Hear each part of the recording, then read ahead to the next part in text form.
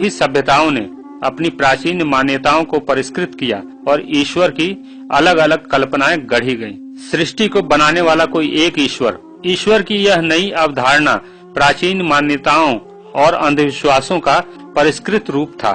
ईश्वर की इस नई अवधारणा में बिजली, आग, बारिश, तूफान जैसी विपत्तियों को अलग अलग पूजने की जरूरत नहीं थी, बल्कि इन्हें बनाने वाले किसी एक ईश्वर को ही खुश करना था। एक ईश्वरवाद की यह नई परिकल्पना पहली धार्मिक क्रांति साबित हुई, लेकिन वे सभी प्राचीन विश्वास पूरी तरह नष्ट नहीं हो पाए और धीरे धीरे ईश्वर की इस नई अवधारणा में गडमड होकर रह गए। इस तरह ईश्वरवादी सभी मान्यताएं और भी कुरूप और पाखंडपूर्ण होकर समाज को अंधकार और बर्बरता की ओर ले गई। मनुष्य का पिछले 6000 साल का इतिहास बहुत ही महत्वपूर्ण है, क्योंकि इसी दौरान दुनिया के सभी धर्मों की उत्पत्ति और उनका विकास हुआ है। इन्हीं 6000 वर्षों में आज के सभी परमात्मा, देवी देवता, गॉड, यहोवा और अल्लाह की पैदाइश हुई है, जो पृथ्वी के 4 अरब वर्षों के इतिहास में लापता थे। दुनिया के इतिहास में पिछले 6000 वर्षों के दौरान जितनी लड़ाइयाँ, खून खराबे हुए हैं, इन सब के जिम्मेदार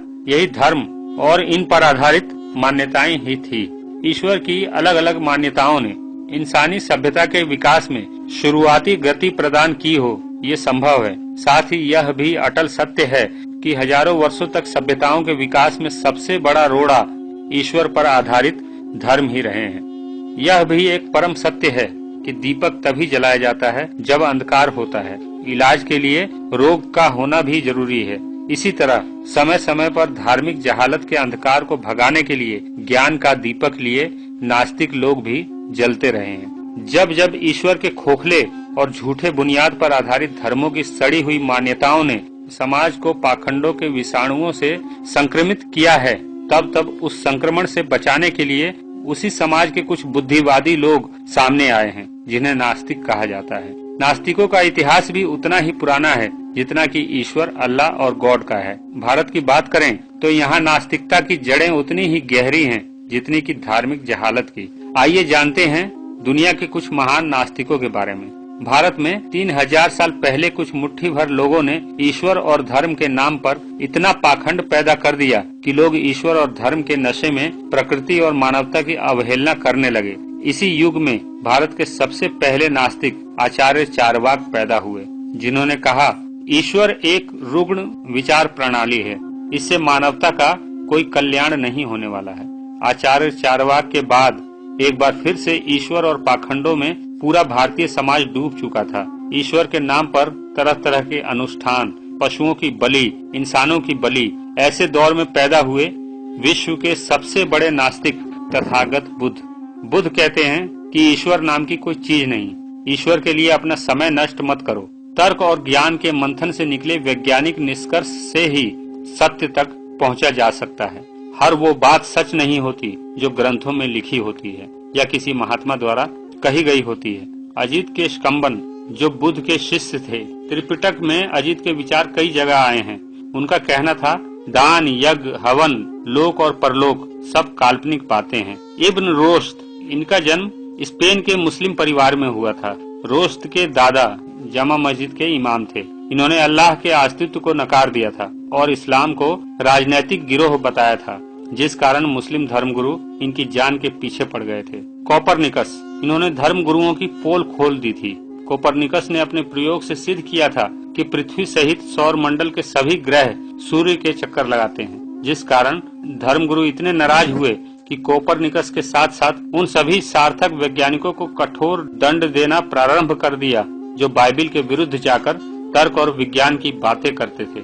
मार्टिन लूथर, इन्होंने जर्मनी में अंधविश्वास, पाखंड और धर्मगुरुओं के अत्याचारों के खिलाफ आंदोलन किया। इनका कहना था व्रत, तीर्थ यात्रा, जप, दान आदि सब निरर्थक हैं। सर फ्रांसिस बेकन 23 साल की उम्र में ही पार्लियामेंट के सदस्य बने, बाद में लॉर्ड चांसलर भी बने। उनका कहना था नास्तिकता व्यक्ति को विचार, दर्शन, स्वाभाविक निष्ठा एवं नियम पालन की ओर ले जाती है। बेंजामिन फ्रैंकलिन, इनका कहना था सांसारिक प्रपंचों में मनुष्य धर्म से नहीं बल्कि इसके न होने से ज्यादा सुरक्षित और सुखी होगा। चार्ल्स डार्विन, इन्होंने ईश्वर और धार्मिक गुटों पर सर्वाधिक चोट पहुंचाई।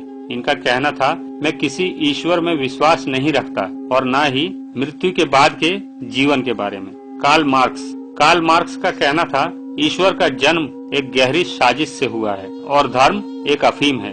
उनकी नजर में धर्म विज्ञान विरोधी, प्रगति विरोधी, अनुपयोगी, अनर्थकारी है। इसका त्याग ही जनहित में है। पेरियार रामास्वामी, इनका जन्म भारत के तमिलनाडु में हुआ और इन्होंने जातिवाद, ईश्वरवाद, पाखंड, अंधविश्वास पर जम के प्रहार किया। इनका मानना था कि ईश्वर नाम की कोई चीज नहीं होती। भगत सिंह, प्रमुख स्वतंत्रता सेनानी भगत सिंह का कहना था, मैं कभी भी उस काल्पनिक ईश्वर का गुणगान नहीं कर सकता जिसके कारण दुनिया में इतनी अव्यवस्था है। लेनिन के अनुसार ईश्वर और धर्म की रचना की गई है ताकि जनता में कभी क्रांति की भावना जागृत ही न हो पाए। बाबू जगदेव प्रसाद, ईश्वर, आत्मा आदि की कल्पना तमाम लोगों को बेवकूफ बनाकर उनका शोषण करने के लिए कुछ शोषणवादी लोगों द्वारा बनाया गया है। जियोर्दानो ब्रूनो को जिंदा जला दिया गया क्योंकि उन्होंने बाइबिल की मान्यताओं को खारिज कर दिया था।